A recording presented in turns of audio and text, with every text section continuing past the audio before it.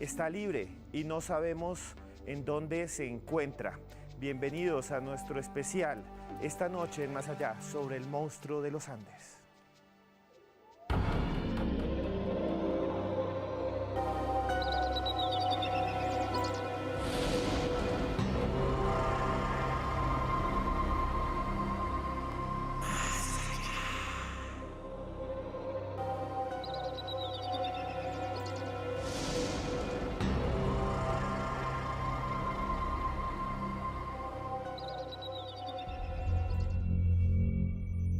Demonios, engendros, criaturas del infierno, seres que provienen de otras dimensiones y planos espirituales, criaturas que parecen inofensivas frente a los verdaderos monstruos que acechan entre las sombras, los asesinos en serie. Asesinos como Andrei Chikatilo, mejor conocido como el carnicero de Rostov, quien mató y mutiló a 52 mujeres y niñas entre los años de 1978 y 1990, siendo condenado a muerte por la Unión Soviética. Crímenes que resultan similares a los del hechicero asesino de Indonesia Ahmad Suradji, quien admitió haber estrangulado a 42 mujeres y niñas, convencido de que sus asesinatos le proporcionaban poderes mágicos. Aunque algunos investigadores aseguran que pudo haber acabado con la vida de más de 80 personas. Sujetos crueles, encantadores, horrorosos y diabólicos que parecen florecer en cada rincón del planeta. Personajes que parecen languidecer frente a uno de los peores asesinos de todos los tiempos. Un criminal sangriento, salvaje y mortífero, nacido en nuestro país, llamado Pedro Alonso López. Acusado de cometer más de 400 asesinatos y violaciones, Pedro Alonso López recorrió los territorios de Colombia, Ecuador y Perú durante más de una década, dejando dolor y muerte a su paso por caminos y veredas, acciones que lo llevaron a convertirse en el monstruo de los Andes. Pero ¿quién era realmente Pedro Alonso López? ¿Cómo mataba? ¿Y en dónde se encuentra? Acompáñenos esta noche a recorrer los laberintos de la mente de uno de los peores asesinos de todos los tiempos.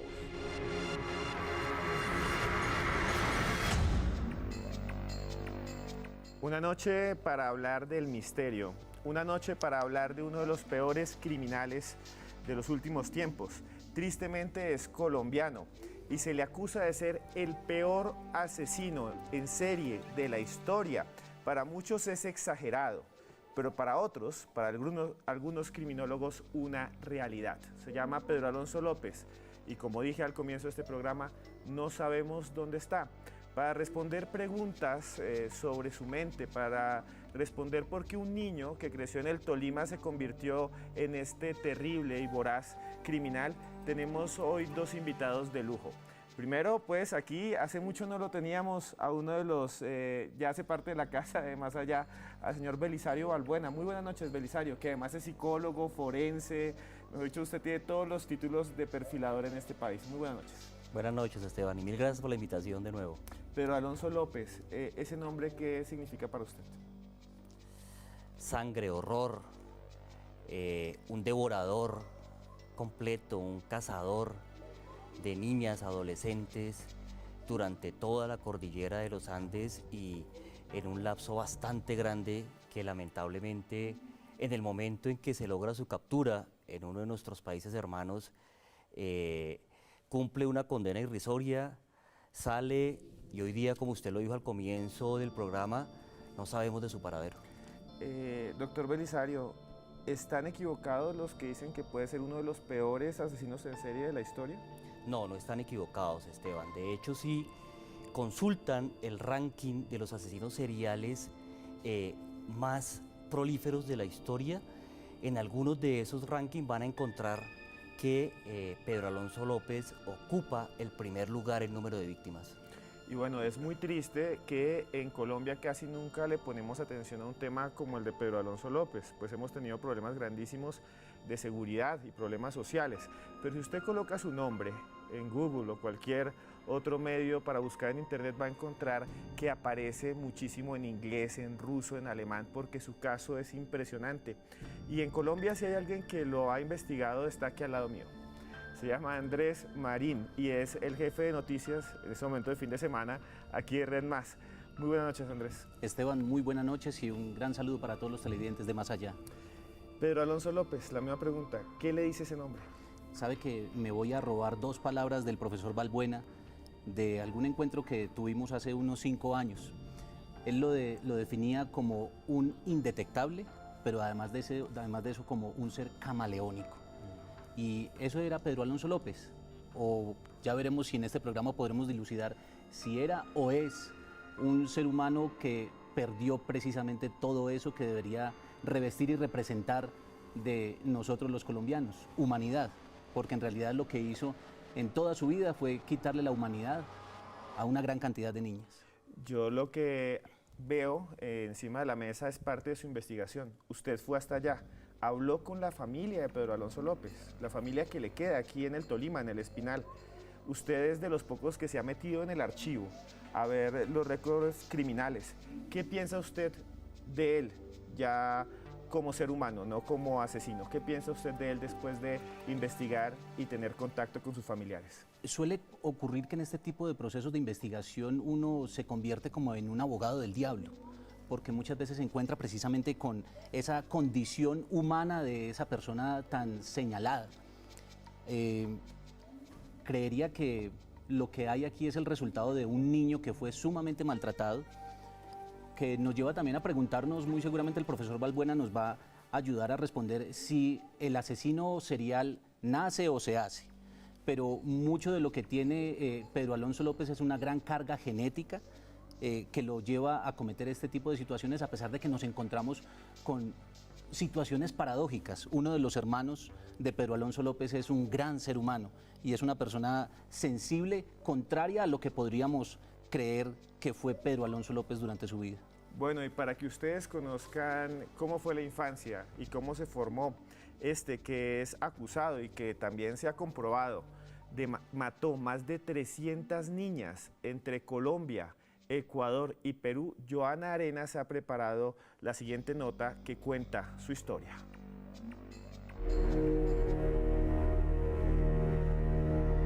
Pedro Alonso López fue concebido entre las cordilleras de Santa Isabel, Tolima, en 1948, una región fuertemente azotada por la violencia, una época en que liberales y conservadores bañaron de sangre los campos colombianos.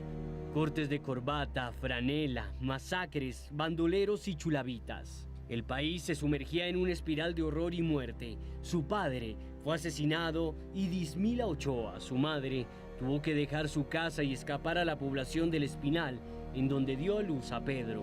De niño, López fue un estudiante distraído, que escapaba del colegio para irse al matadero y observar cómo sacrificaban el ganado. Para corregirlo, su madre lo amarraba a un árbol y le prendía fuego a los pies y debajo de las uñas. El niño era torturado y el monstruo se incubaba lentamente. A los 15 años fue sorprendido al intentar abusar de una de sus hermanas, por lo que fue sometido a una cruenta golpiza, luego de la cual escapó de su casa. Caminó hasta Melgar y de allí a Bogotá, en donde se convirtió en un habitante de la calle. Conoció el bazuco, robó y atracó, pero también fue violentado y maltratado. A los 21 años fue arrestado y llevado a la cárcel La Modelo por robo de automóviles. Y fue allí donde cometió su primer homicidio, luego de ser violado por 2 internos a quienes apuñaló sin compasión, convencido de que nunca más sería una víctima. Salió de prisión en 1978, desatando una orgía sangrienta que lo transformaría en el monstruo de los Andes. Una infancia tormentosa, una infancia llena de dolor y sufrimiento, de castigos, pero también de una conducta errática. No era un niño bueno tampoco.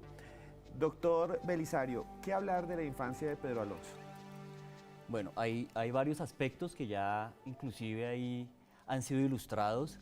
Es una infancia que está mediada por el maltrato, un maltrato bastante fuerte, violento por parte de su figura materna, sometido precisamente a unos castigos pasados de tono, ¿sí? Que no eran contingentes de pronto con lo que él cometía. también con una sexualidad tergiversada, con unas relaciones de tipo incestuoso, presuntamente con sus hermanas, en especial con una de ellas, con quien al parecer es sorprendido y por eso sacado de la casa, sale y como el perro callejero aprende a sobrevivir en la calle con las drogas, con el submundo de la criminalidad y se empieza a formar ese monstruo en el que se convirtió posteriormente. Andrés, usted investiga y conoce de primera mano los testimonios de la familia. ¿Qué le cuentan de la infancia de Pedro Alonso? Esta es una familia completamente evasiva. Uno, porque muy seguramente se sienten completamente señalados por lo que representa este personaje. De hecho, allí en el Espinal Tolima nos encontramos con uno de sus hermanos, quien es el dueño, poseedor actualmente de la vivienda, donde era castigado Pedro Alonso López de una manera muy fuerte por su mamá, la señora Dora Benilda López. Este hombre fue un destacado militar del ejército. Incluso con orgullo nos presentó ese día en la intimidad de su casa una fotografía que traía la revista Semana, en la que él aparecía condecorado como un hombre de la patria. Pero la verdad es que no solo por el hecho de que allí hubiera vivido Pedro Alonso López, en esa casa se respiraba también a muerte, porque el ambiente era pesado, una energía distinta a la que se pudiera vivir en alguna casa en la que uno diga, aquí lo que hay es alegría. No, allá se notaba mucho más esa situación. Otro hermano que lo conocimos en la calle, llevando consigo cacharros, estaba al mando de una zorra, tampoco quiso ofrecernos una declaración. Pero un tercero que también vive en el Espinal Tolima, César Castañeda, advertimos la diferencia del apellido porque Pedro Alonso López era hermano medio. Él sí demostraba una gran calidez humana. De hecho, César tuvo la posibilidad de acercarse a la primera víctima de Pedro Alonso López, de la niña Flor Alba Sánchez, en el año 1979, allí en el Espinal. Se acercó a la mamá de ella, la señora Alba Sánchez Ospina, y le ofreció disculpas, le pidió perdón por el daño que Pedro Alonso López les había causado en su familia. En parte eso es como lo que uno logra recoger, no directamente de esa familia evasiva, casi exterminada y un poco atomizada, porque no todos viven allí en el Espinal, hay gente también en Bogotá, otra hermana más está en Villavicencio, otra hermana de Pedro Alonso López, pero la mayoría de ellos, por supuesto, queriéndose quitar ese INRI con el que quedaron históricamente en Colombia. Y ustedes, todas las preguntas que quieran hacerle aquí a los invitados esta noche lo pueden hacer por Twitter con el numeral Monstruo Más Allá. Pregunten lo que quieran y también cuéntenos si ustedes creen haber visto a Pedro Alonso López en la calle, en su barrio, en su pueblo. Doctor Belisario, hay algo que a mí me parece bastante interesante de la infancia de Pedro Alonso. Él escapa y dice que se viene caminando desde allí hasta Bogotá. Y que aquí en Bogotá él se vuelve un habitante de la calle, en ese tiempo le decían gamines. Y él dice, eso no estaba en la nota, que conoció a dos niñas y que eran sus mejores amigas y que se las robaron. Y que después él va a querer matar a todas las niñas para que no sufran como sufren los gamines. ¿Qué piensa usted de esas declaraciones? ¿Fue real, un invento? Posiblemente vivenció la situación que usted menciona, sin embargo, la justificación que él toma es una racionalización propia de la mentalidad psicopática, de la mentalidad criminal. Es una manera precisamente de justificar en su momento la cantidad de crímenes que cometió, de darle una connotación mesiánica seguramente, ¿sí? De salvación y de relación con esas niñas que presuntamente para él fueron importantes. Para él en realidad no llegó a ser importante nadie más que él mismo y sus deseos bajos, mezquinos, la sexualidad tergiversada mezclada con la ultraviolencia. Eso era para él lo más importante. Bueno, señores, no se vayan porque después de comerciales vamos a conocer cómo este niño maltratado terminó convirtiéndose en un monstruo.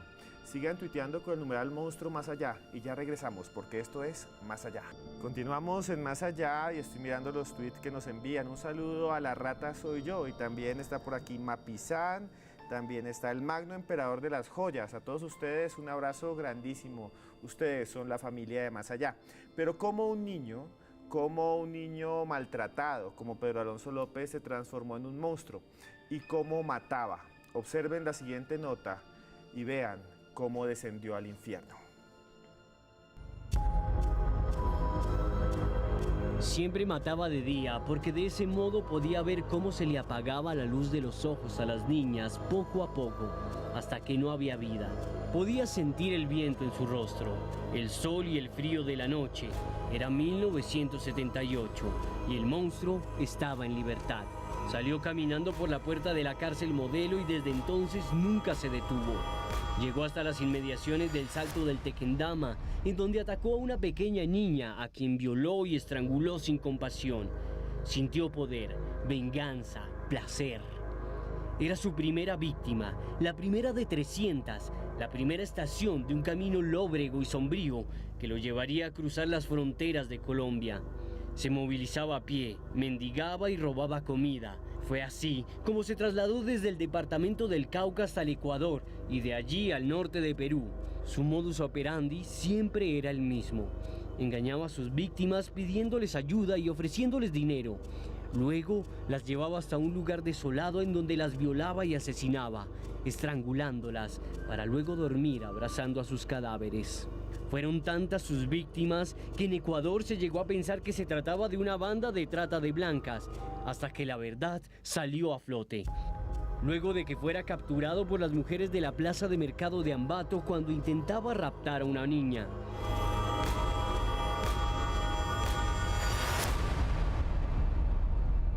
El mundo quedó asombrado, luego de que López confesara al capitán Pastor Córdoba que había matado a más de una niña a la semana y lo hacía, según él, para salvarlas de la pobreza. Al final López fue condenado, pero sería liberado y deportado a Colombia en 1994, frente a la mirada de docenas de periodistas que no entendían por qué el asesino en serie más letal del mundo quedaba en libertad. En voz baja y al cruzar la frontera, volvió a repetir una de sus frases más célebres. Algún día, cuando esté en libertad, sentiré ese momento de nuevo. Estaré encantado de volver a matar. Esa es mi misión.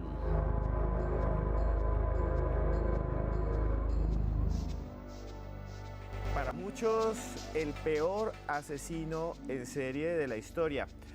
Doctor Belisario Balbuena, hay algo que a mí siempre me ha parecido horrendo y fascinante al mismo tiempo. Él mataba niñas y después dice que entraba como una especie de letargo, que se quedaba en paz y dormía al lado de los cadáveres. ¿Por qué un asesino duerme al lado de sus víctimas? Este comportamiento de Pedro Alonso llegaba a ser tan atípico y de una representación psicológica tan fuerte que se constituía precisamente en la firma.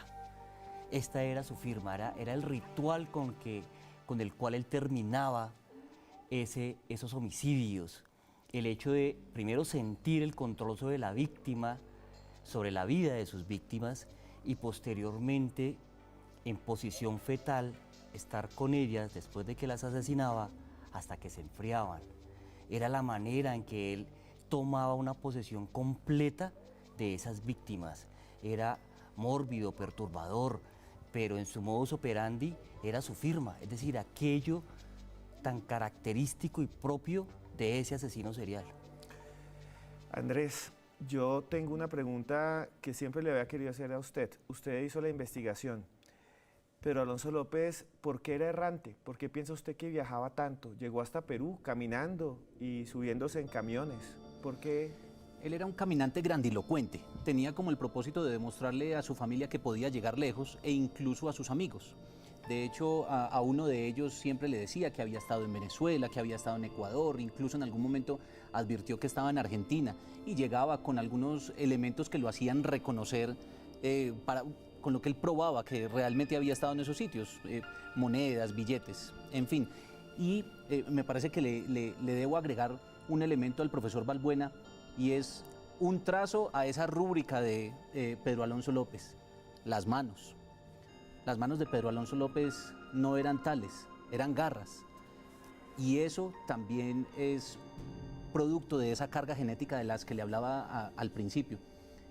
Una carga genética porque en verdad todos sus hermanos son hombres y mujeres corpulentos y sus manos extremadamente grandes, pero por encima de todos con una gran capacidad en cuanto a la fortaleza.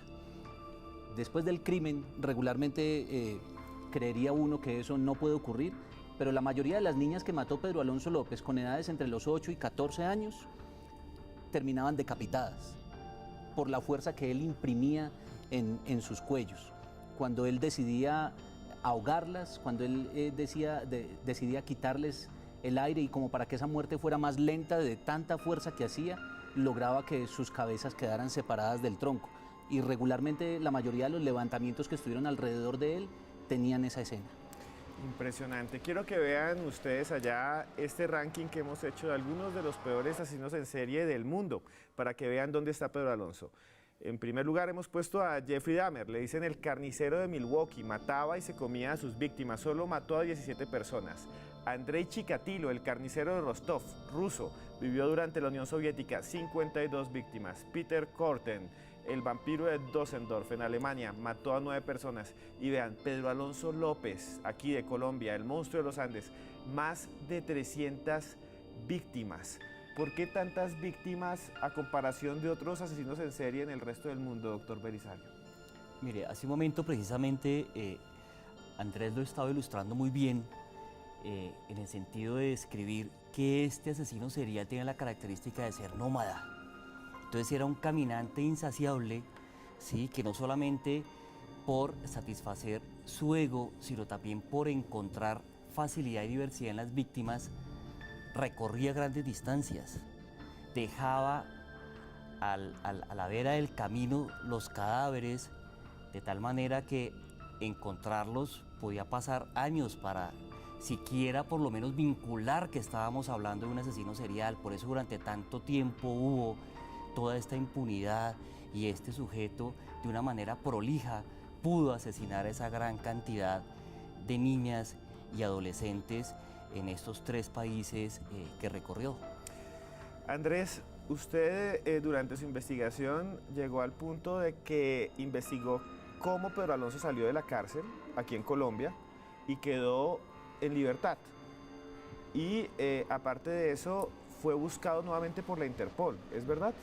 Sí, a nombre de Pedro Alonso López estaba una circular roja de la Interpol. Es un documento que fue publicado el 21 de octubre del año 2002, la podemos apreciar en este momento. Aquí estaban buscando a Pedro Alonso para que cumpliera una condena penal porque evidentemente estaba siendo buscado particularmente en Colombia por el crimen de la niña Floralba Sánchez, la niña de 12 años que mató en el Espinal, Tolima. Sin embargo, hasta hace muy poco esta circular roja estuvo activa, ya no está disponible en la página de la Interpol. Y a nosotros pues nos dejó una gran inquietud porque la manera como fue presentada esta circular roja posteriormente deja como muchos vacíos que ahora nos va a llevar a concluir cómo este hombre con esa capacidad parlanchina que tenía de convencer a las personas que lo estaban juzgando, lo que hacía era cumplir todo un enredo judicial que uno queda como sometido a un entramado de palabras prácticamente indescifrables. Quiero preguntarle, Andrés, ¿cómo salió Pedro Alonso López en libertad en Colombia? O sea, el peor asesino en serie de la historia, llega a la cárcel otra vez y lo sueltan. ¿Por qué? No solo por lo que logra en Colombia, es que él en Ecuador cumple una condena, si no estoy mal, de 14 años. Sí, de esa condena, en el momento que va a salir, de hecho ahorita en una de las imágenes vimos cómo él estaba celebrando y él le agradece a Dios por haber quedado en libertad. Pero fueron cuestión de minutos que inmediatamente la justicia del Ecuador se dio cuenta de la circular roja que existía y de esa manera toman la decisión de enviarlo a Ibagué. Y de Ibagué lo trasladan al Espinal, Tolima. Ahí en el Espinal hacen un proceso, pero un proceso montado por una cantidad de documentos que los logró un investigador de Nariño, un investigador en ese entonces del DAS, que logra recopilar una gran información porque el expediente de Pedro Alonso López se había quemado en un incendio en el Espinal, Tolima. Allí había desaparecido el Palacio de Justicia y ahí estaba el expediente de este personaje. O sea, esto es como casi una película. Tenían toda la investigación y se quemó. Prácticamente quedó desde ceros. Entonces, prácticamente con el papel pegado lograron redescubrir nuevamente quién era este personaje y lo tenían que procesar. Pero lastimosamente lo envían a Bogotá simplemente bajo la idea de que era más bien una persona enferma y que era mejor que estuviera recluida en el centro psiquiátrico anexo o el anexo psiquiátrico de la cárcel Modelo en la capital del país. Y ahí lo liberan. Ahí lo liberan después de un tiempo, pero ocurre básicamente por el convencimiento que él logra a través de sus textos, a través de sus palabras, a través de las cartas que él les escribía tanto a los jueces como a los médicos que lo estaban tratando. Bueno, Andrés, tenemos una carta que usted consiguió en su investigación. Vamos a verla y es la letra de Pedro Alonso López. Esta es la letra de Pedro Alonso. Esta carta, este es un documento relativamente extenso en el que podemos ver los trazos de Pedro Alonso López, algo que también aprendí con el profesor Balbuena porque a este hombre le daba por combinar las letras mayúsculas con letras minúsculas en una misma palabra. Y también esas lancetas, sabemos, profesor Balbuena, que indican algo muy particular. Doctor Balbuena, ¿qué significa eso que estamos viendo? Bueno, esa combinación de mayúsculas y minúsculas está diciendo básicamente la inestabilidad emocional que tenía Pedro Alonso. En su firma, fíjense, es una firma bastante agresiva por esas lancetas, es toda esa ira que él tiene contenida. Las márgenes, no hay respeto por las márgenes y es efectivamente también una proyección del comportamiento de Pedro Alonso en relación con los demás. No respeta límites, no respeta humanidades, no respeta edad, no respetaba si era hombre, mujer, autoridad, juez, policía. Eso para él no era importante. De hecho, lo importante y lo que lograba excitar era salirse con la suya a través de ese ardid, valga la comparación, cantinflesco que utilizaba para confundir, precisamente para hacerse pasar como alguien anormal, loco o demasiado inteligente como para ser comprendido. Aquí hay una prueba textual. Le pregunta el juez en una de las audiencias en las que estuvo Pedro Alonso López, ¿aprendió algún oficio especial? ¿Cuáles? Responde él, sí, yo he aprendido muchos oficios, entiendo agronomía, entiendo mecánica, entiendo carpintería.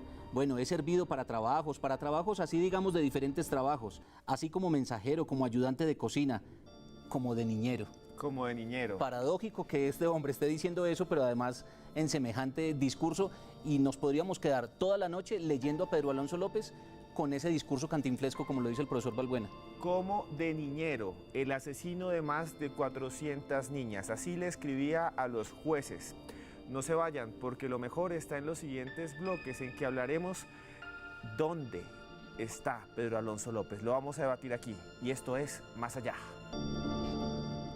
Continuamos en Más Allá en esta noche de misterio y está aquí Vidal Arturo, Erika Arias, a todos ustedes muchas gracias, Adrián Tepes, por estar conectados con Más Allá. ¿Qué pasó con el monstruo de los Andes cuando fue liberado de Ecuador?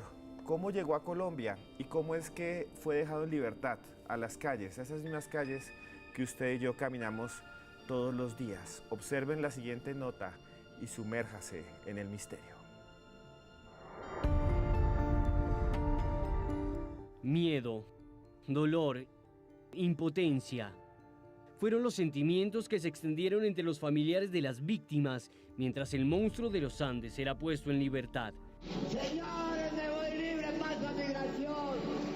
Sentimientos que se intensificaron cuando cruzó la frontera, deslizándose por el puente de Rumichaca como si fuese un ángel, aunque escondía en su interior a un demonio.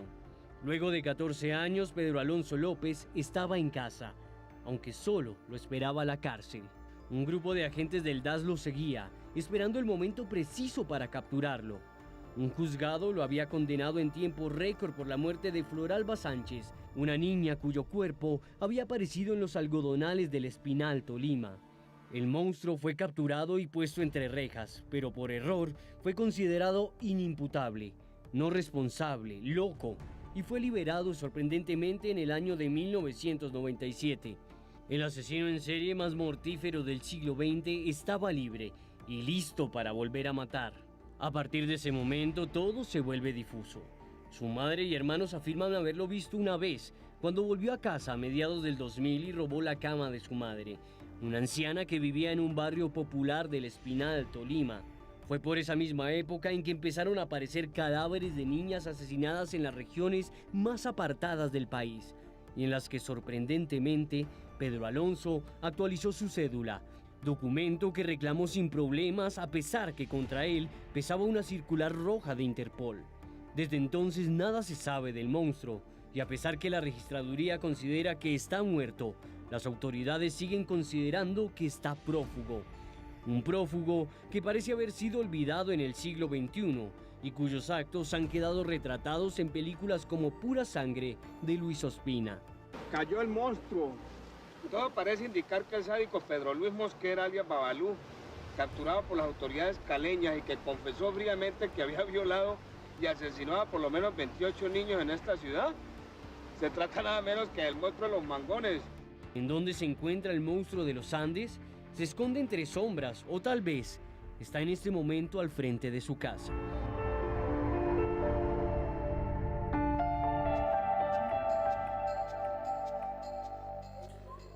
Pedro Alonso López, un nombre que en Colombia casi no se conoce, un nombre que en Colombia ha sido olvidado, pero que en otros países es visto como el peor demonio, sobre todo en Ecuador.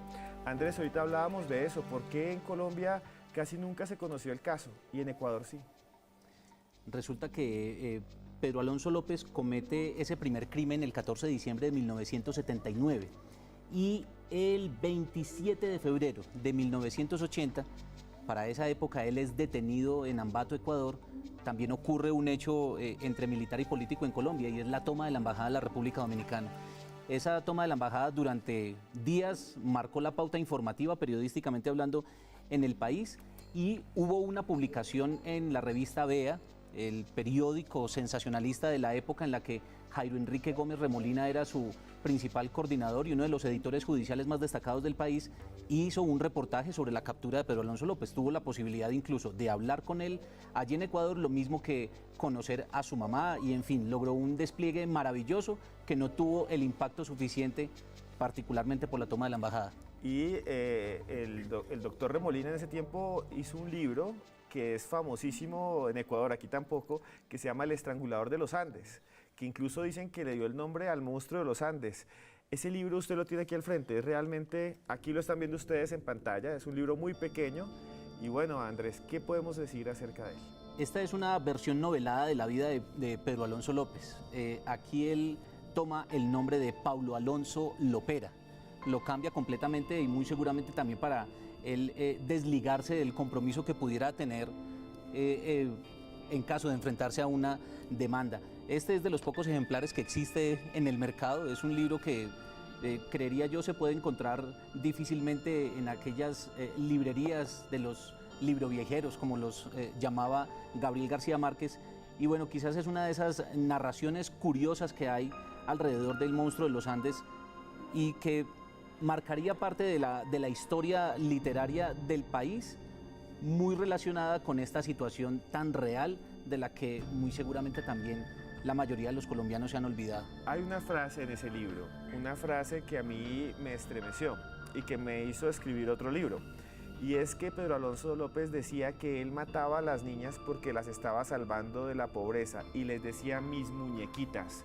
Nunca les decía el nombre. Él decía, dejé una muñequita en tal potrero, otra muñequita está debajo de un árbol.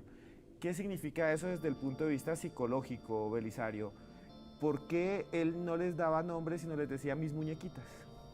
Esteban, es una manera precisamente de no tener empatía, de esa falta de empatía del psicópata, de alejarse de la víctima, de considerarla una cosa, un objeto, una muñeca de colección, porque seguramente así no supiera el nombre de sus víctimas, sí sabía el número de víctima que era en su haber, coleccionaba precisamente esas muñequitas y sabía dónde las había dejado, las había enterrado, las había abandonado después de agredirlas de esa manera tan brutal. Quiero hacer una acotación con lo que hace un momento dijo Andrés porque es muy importante. Mire, el país culturalmente, popularmente incluso, considera que la historia de los asesinos seriales en Colombia comienza con Luis Alfredo Garavito, que es como el más conocido por haber sido el más mediático, pero fíjense que este sujeto incluso fue peor en su modus operandi, en su victimología, y por unas situaciones de carácter social, político de la época, lamentablemente no se conoció y no se le dio la importancia que en su momento debía tener como ese antecedente nuestro lamentable de lo que son los asesinos seriales en nuestro país. Solo usted, por ejemplo, lo recuerda a través de su libro, obviamente Andrés a través de la crónica que hizo en su momento muy completa sobre el monstruo de los Andes, pero no había antes un precedente como tal. Andrés, hay una cosa que quiero decir que tiene que ver con el tema. El que escribió este libro, el primer libro sobre el monstruo de los Andes, que se llama El estrangulador de los Andes, después tristemente terminó muerto de una manera muy trágica. Es un hecho sumamente paradójico. Jairo Enrique Gómez Remolina estaba celebrando su carrera periodística en una noche fatídica para la capital colombiana, por supuesto también para el país. Él murió baleado en el restaurante Poseto. Fue una de las víctimas de Campo Elías y bueno, pues también marca esa paradoja que hay alrededor de la siniestralidad de Pedro Alonso López. Increíble que este investigador judicial, este periodista de Crónica Roja, haya terminado bajo las fauces de un personaje que también tuvo mucha relación con todo lo que fue el oscuro mundo del crimen en Colombia. Y en una pregunta sumarial, otra vez hablando de ese tema, decía Luis Alfredo Garavito Cubillos, Garavito, que él vio las noticias de la muerte de toda la gente del Poseto y que se puso muy feliz y dijo, yo quiero ser como él. Son caminos horrendos los que nos llevan a estas infamias, pero también hay caminos de justicia. Pero lo triste es que Pedro Alonso López, escuchen esto, después de que fue liberado, fue a sacar su cédula, su nueva cédula, cuando la cambiaron. Fue a la registraduría, le tomaron una foto. Y esta es la foto y esta es la imagen. Esta es la última imagen que tenemos de Pedro Alonso López. ¿Cómo se consiguió? ¿De dónde salió, Andrés? Esteban, esta es una fotografía que sale de la consulta del sistema Prometeo de la Registraduría Nacional del Estado Civil, lo mismo de toda esa interconexión de inteligencia y sistemas que hay entre el extinto Departamento Administrativo de Seguridad y lo nuevo que pudo haber traído la Fiscalía General de la Nación. Sin embargo, me parece necesario, a propósito de este momento que hablaremos de números y de la identificación de Pedro Alonso López, todo su proceso judicial inicialmente estuvo basado en el número de cédula 1616617. Estamos hablando del señor Israel Céspedes Barrios, una persona que no tiene ningún antecedente penal, simplemente Pedro Alonso López logra burlar la justicia colombiana, ecuatoriana y peruana y queda signado bajo este número y así se mantienen sus expedientes. Tiempo después logra hacer la cedulación aquí en la capital del país, diciendo que era de Venadillo, Tolima, cuando muchos de los investigadores también han logrado verificar que él era más bien de Santa Isabel. Bueno, todo aquello que él utilizaba para poder evadir a la justicia. Y nada, esa fotografía que es sumamente impactante, la de Pedro Alonso López, ya convertido prácticamente en un anciano que muy seguramente estaba divagando o estará divagando por las calles de la capital colombiana. Yo le tengo que hacer una pregunta aquí, doctor Belisario. ¿Cómo Pedro Alonso López va a una registraduría, saca una cédula nueva, en ese momento tiene circular roja de Interpol y nadie lo captura? O sea, es como que el peor asesino en serie de la historia del mundo va a una registraduría a sacar una nueva cédula, va, le toman las fotos, toman las huellas y vuelve después de unos meses y la reclama. O sea, es sorprendente. En el caso de la historia criminal yo nunca había visto algo así. Por supuesto, pero mire que tiene una correlación muy grande con lo que en un comienzo, en el comienzo de este programa, hemos descrito esas características particulares psicopáticas de Pedro Alonso López, su capacidad de manipular, de generar un diálogo distractor, de tal manera que, como hace un momento se los comentaba a ustedes aquí detrás de cámaras, pareciera como si él hubiera dictado los datos al que le estaba sacando nuevamente la cédula. ¿De dónde es usted? Ah, soy de Venadillo. ¿Cuánto mide? 1,70. ¿Cuánto pesa? ¿Qué RH es? Y él tal cual la dictó y seguramente no permitió que se hiciera ninguna otra verificación y constatación y por eso se sale con la suya. Incluso de lo que hablaba hace un momento Andrés, si se trajera a este momento ese expediente, a él no se le podría juzgar porque no se estableció la identidad plena.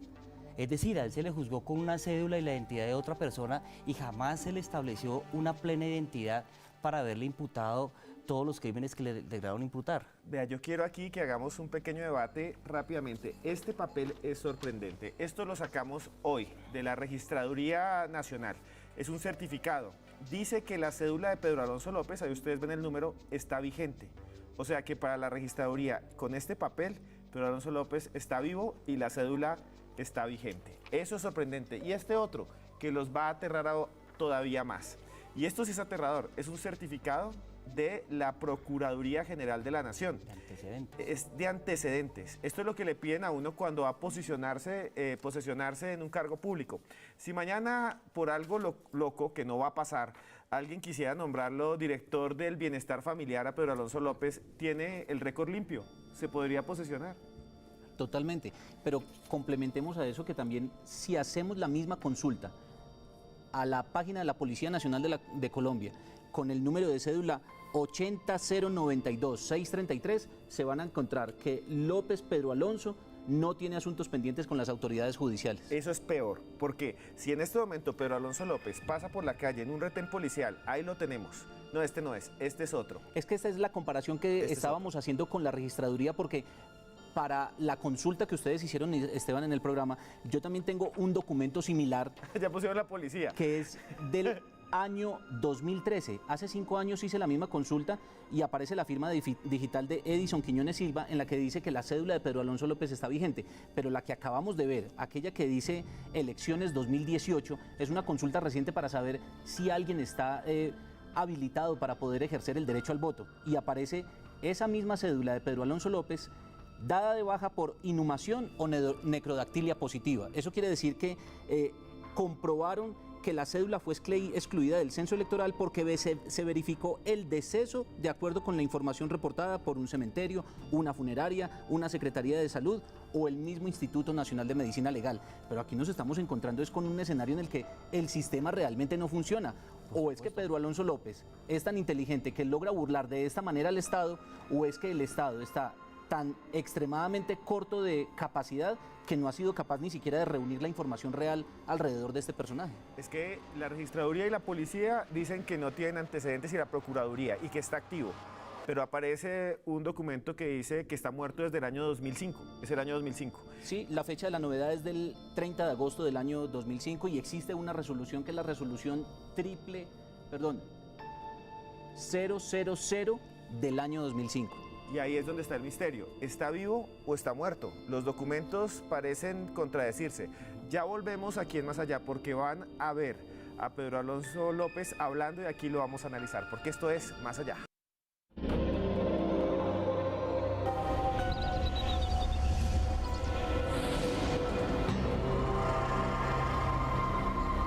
Continuamos en Más Allá en esta noche en la que nos metemos en la mente de uno de los peores asesinos en serie de la historia.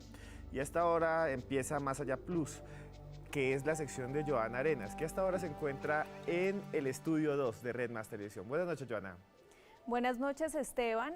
Hoy con esta historia realmente escalofriante. Quiero comentarle, Esteban, que en 1980, luego de que Pedro Alonso López fue capturado en Ecuador, el noticiero Ecuavisa lo entrevistó, lo indagó acerca de su comportamiento. Quiero que ustedes escuchen para que luego con nuestros invitados analicemos lo que decía este personaje.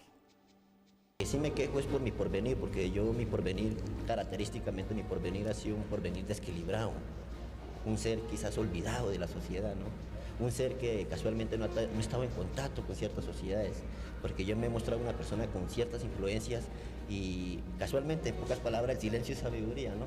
Y más que cuando el hombre no tiene un espíritu, digamos, evolucionado como para ponerse en contacto, para buscar un porvenir, quizás como para salir del bajo mundo en el que se haya uno revuelto, ¿me comprende? Claramente, Esteban, televidentes y compañeros que nos acompañan en esta noche, lo que dice este señor realmente son una cantidad de incoherencias, es un diálogo que no enlaza una cosa con la otra y quisiera precisamente que Belisario, nuestro invitado de hoy, nos ayudara a analizar un poco de qué habla este personaje. ¿Realmente él estaba loco o quizás utilizaba esta manera de hablar para hacer creer que estaba loco y salir bien librado de sus problemas? ¿Qué opina Belisario? Mire, claramente el video nos muestra cómo Pedro Alonso López es un mago de la confusión. Es alguien que a través no solamente de la dialéctica, de la palabra, sino inclusive de su conducta no verbal, parece o quiere aparecer como alguien inofensivo. Incluso, fíjense después cómo, de confundir con toda esta palabrería, le dice al periodista, ¿me entiende? Inclusive llevándolo para que le diga, sí, sí, claro, le entiendo. Y de esa manera seguir manipulando y manipulando a través de todos estos ardills y trucos que él astutamente manejaba. También les quiero comentar que en otra entrevista que le realizaron a El Monstruo de los Andes, él comentó que él era apenas un cómplice de un personaje llamado Jorge Patiño. Inclusive en esa entrevista el periodista le refuta y le dice que Jorge Patiño es un invento de él, que él es Jorge Patiño, y El Monstruo de los Andes le responde, no señor, yo soy Pedro Alonso López. Quisiera preguntarle a nuestro invitado Andrés Marín, ¿quién era Jorge Patiño? ¿Realmente existió este personaje o era un invento del Monstruo de los Andes? No era ningún invento. Este era un personaje que estaba a escasas cuadras de la vivienda de Pedro Alonso López, allí en el Espinal, Tolima, y era un matarife, era el experto para degollar a los animales que estaban en el matadero. Pedro Alonso López lo ayudó en algunos momentos y quizás utilizó la figura de este hombre para poder decir que quien lo estaba apoyando, respaldando, empujando para que cometiera los crímenes era él y que por eso mismo él decidió supuestamente matarlo. Bueno, muchas gracias Joana por todo lo que siempre nos trae en Más Allá Plus. Hay algo que me parece a mí sorprendente y les quería contar. Yo hice una investigación y está en este libro que escribí que se llama Los monstruos en Colombia sí existen. En este libro son varios los asesinos que se muestran, desde Garavito y todos los demás, el doctor Mata, y hice otra investigación en otro libro que se llama Vampiros, Caníbales y Payasos Asesinos. Aquí hay más asesinos en serie de todo el mundo, pero nunca, ninguno como Pedro Alonso López que haya quedado en libertad. ¿Por qué quedó en libertad? Pero sobre todo, ya que estamos terminando, doctor Belisario, ¿usted cree que está vivo y está en la esquina, que puede estar en cualquier ciudad del país? Yo sigo manteniendo la hipótesis que Pedro Alonso López no está vivo, que falleció después del año 2005, que fue cuando se encontraron las últimas víctimas con el mismo modus operandi y la misma victimología propia de este asesino serial tan prolijo. Creo que precisamente por su carácter nómada, por las costumbres que tenía, por el consumo de drogas alucinógenas, pues se fue deteriorando, seguramente se metió en algún problema y terminó muerto por alguna razón. Sin embargo, no está probado, ¿sí? Lo que hace un momento ilustraba Andrés precisamente, hay una falla del aparato judicial, de la registraduría, de medicina legal, que precisamente no encadena los eslabones y que no nos ha dicho hasta la fecha dónde está el cadáver de este sujeto, dónde falleció, en qué circunstancias falleció, dónde está precisamente la tarjeta de necrodactilia que nos compruebe que efectivamente está muerto. Y mientras eso no esté, pues va a haber mucha especulación al respecto. Para terminar, Andrés, ¿Pedro Alonso López está vivo o está muerto? Pedro Alonso López podría estar vivo. Creería que para la fecha, haciendo cuentas de que él haya nacido en el año 1948, tendría entonces 69 años y algo más. Así como en el libro El perfume de Patrick Süskind, ahí describen a ese asesino en serie, el hombre que fabrica los perfumes y camina tranquilamente por las calles, o lo mismo que ocurre con Crimen y Castigo, y Fyodor Dostoyevsky habla de Raskolnikov. En las calles siempre vemos a esos personajes, por lo menos con el solo hecho de mirarlos al rostro y encontrar algunos rasgos que marcan un poco lo que ha sido su infancia, su sufrimiento, y eso lo que muy seguramente se estarían comportando en la intimidad o de esa manera subterfugia, escondida. Pedro Alonso López podría estar caminando en las calles de Bogotá. Muchas gracias, Andrés. Muchas gracias, doctor Belisario, por estar aquí. A ustedes cuídense, porque Pedro Alonso López podría estar en cualquier lugar cerca a su casa. Y nos vemos en 8 días, porque por más lejos que andemos, siempre habrá un más allá.